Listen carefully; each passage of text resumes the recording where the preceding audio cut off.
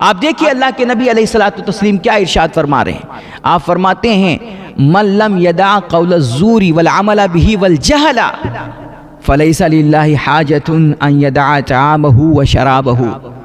فرماتے ہیں اللہ کے نبی علیہ الصلوۃ والتسلیم کی رمضان کا مہینہ آئے، رمضان کا مہینہ پا کر کے انسان جھوٹ نہ چھوڑے، جھوٹ بولنا اور جھوٹ پر عمل کرنا، انسان کے اندر کوئی انقلاب نہ آئے اور وہ جہالتوں سے باز نہ آئے، وہ بکواس نہ بند کرے، اپنی زبان کو لگام نہ دے، آنکھوں میں حیا نہ بسائے اور دل میں اللہ کا ڈر اور تقوی نہ بٹھائے، وہ رمضان پائے اور اس کے اندر کوئی چینجنگ نہ آئے. اللہ کے نبی فرماتے ہیں فَلَيْسَ لِلَّهِ حَاجَةٌ أَن يَدَعَ طَعَامَهُ وَشَرَابَهُ.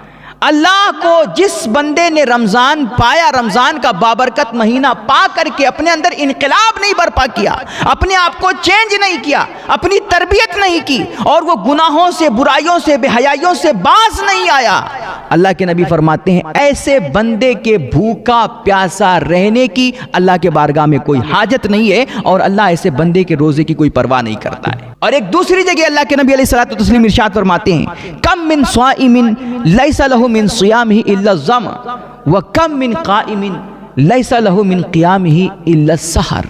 کہ کتنے ایسے روزہ دار ہیں جو ظاہر میں تو روزہ رکھتے ہیں لیکن چونکہ ان کے اندر، ان کے باطن میں کوئی انقلاب نہیں آتا، ان کے اندر کوئی تبدیلی نہیں آتی، ان کے اندر کی دنیا نہیں بدلتی ہے، من صاف نہیں ہوتا ہے، وہ جھوٹ جیسے پہلے بول رہے ہوتے ہیں آج بھی جھوٹ سے نہیں بچتے، وہ جیسے پہلے بے ایمانیاں کر رہے تھے آج بھی بے ایمانیوں میں لگے ہوئے ہیں، جیسے وہ پہلے مکاریاں کرتے تھے آج بھی مکاریاں کر رہے ہیں، جیسے وہ پہلے ہوٹلوں چوراہوں اور گھڑی کے گلی کے نکڑوں پہ بیٹھ کر کے گپ شپ کرتے تھے، فضول گوئیاں کرتے تھے، ان کی کرتے تھے، لگائی بجھائی کرتے تھے، آج ہی وہ سارے گناہ کر رہے ہیں، ان کے اندر کوئی تبدیلی نہیں آئی، کوئی انقلاب نہیں آیا.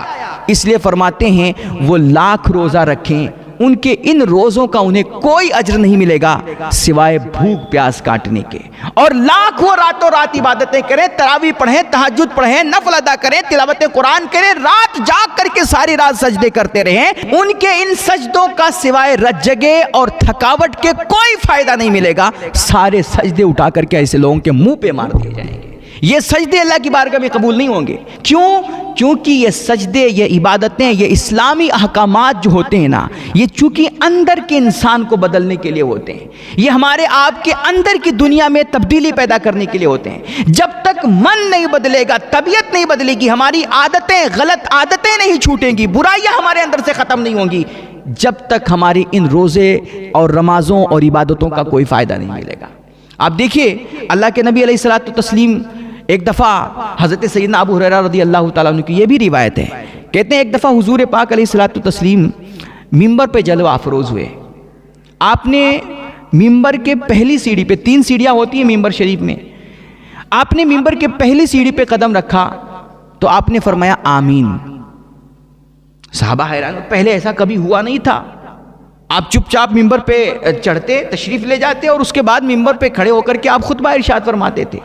یہ کبھی ایسا نہیں ہوا تھا. آج پہلی دفعہ حضور اکرم صلی اللہ علیہ وسلم ممبر پہ جب جلوہ افروز ہوئے، جب چڑھنے لگے تو پہلی سیڑھی پہ قدم رکھا تو آپ نے فرمایا آمین. پھر دوسری سیڑھی پہ قدم رکھا تو پھر فرمایا آمین. پھر تیسری سیڑھی پہ قدم رکھا تو پھر فرمایا آمین. صحابہ کرام جب آپ خطبہ دے کر کے ممبر شریف سے نیچے اترے تو صحابہ کرام نے عرض کیا یا رسول اللہ آج ہم نے ایسی بات دیکھی جو پہلے کبھی نہیں دیکھی تھی. حضور نے پوچھا کیا ہوا؟ صحابہ نے عرض کیا یا رسول اللہ ہم نے دیکھا کہ آپ نے پہلی سیڑھی پہ قدم رکھا تو آپ نے فرمایا آمین. کوئی دعا کرنے والا بھی نہیں تھا، کوئی کچھ عرض کرنے والا بھی نہیں تھا، لیکن پھر بھی آپ نے پہلی سیڑھی پہ قدم رکھا تو آمین فرمایا، دوسری سیڑھی پہ قدم رکھا تو پھر آمین فرمایا، تیسری سیڑھی پہ قدم رکھا تو پھر آپ نے آمین فرمایا. آخر اس کی وجہ کیا تھی؟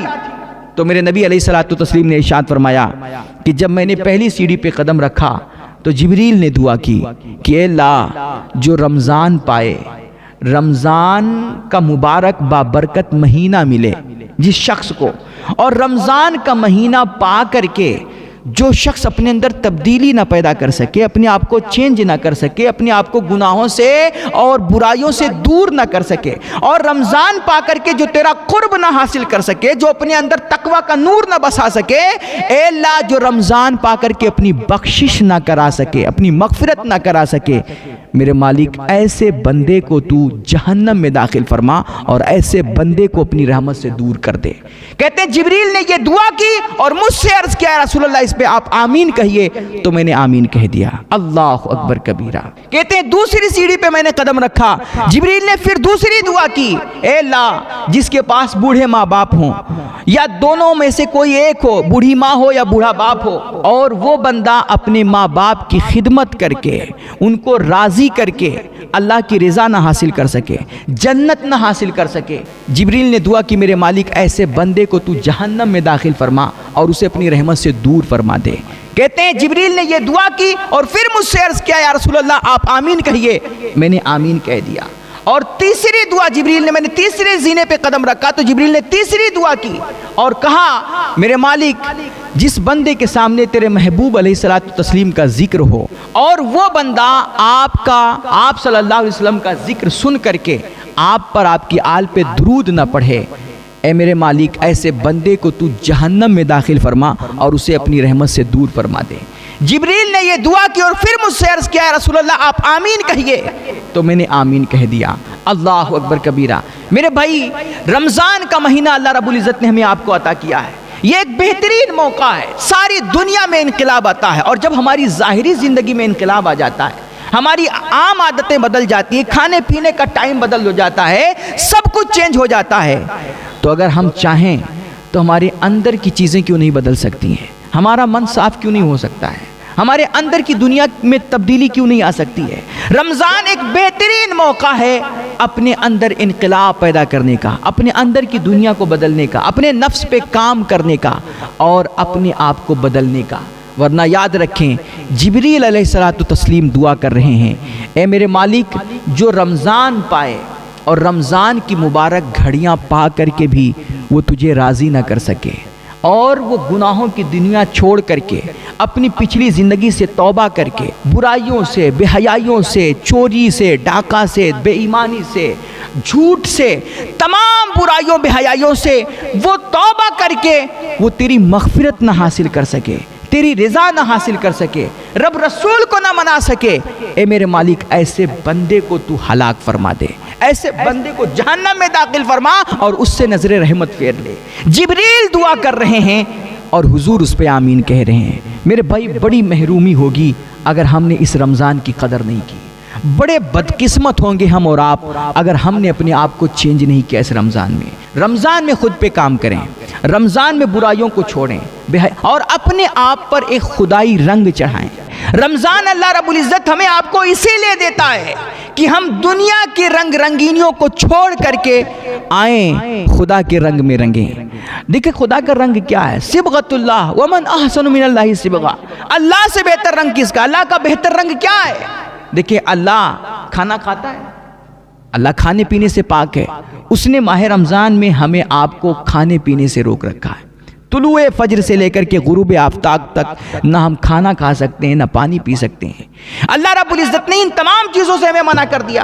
اللہ رب العزت معاذ اللہ بیوی بچوں سے پاک ہے، اس نے ماہ رمضان کی مبارک ساعتوں میں ہمیں منع کر دیا کہ طلوع فجر سے لے کر غروب آفتاب تک اپنی بیوی کے پاس نہیں جا سکتے۔ یہ کیا؟ یہ خدائی رنگ ہے میرے بھائی۔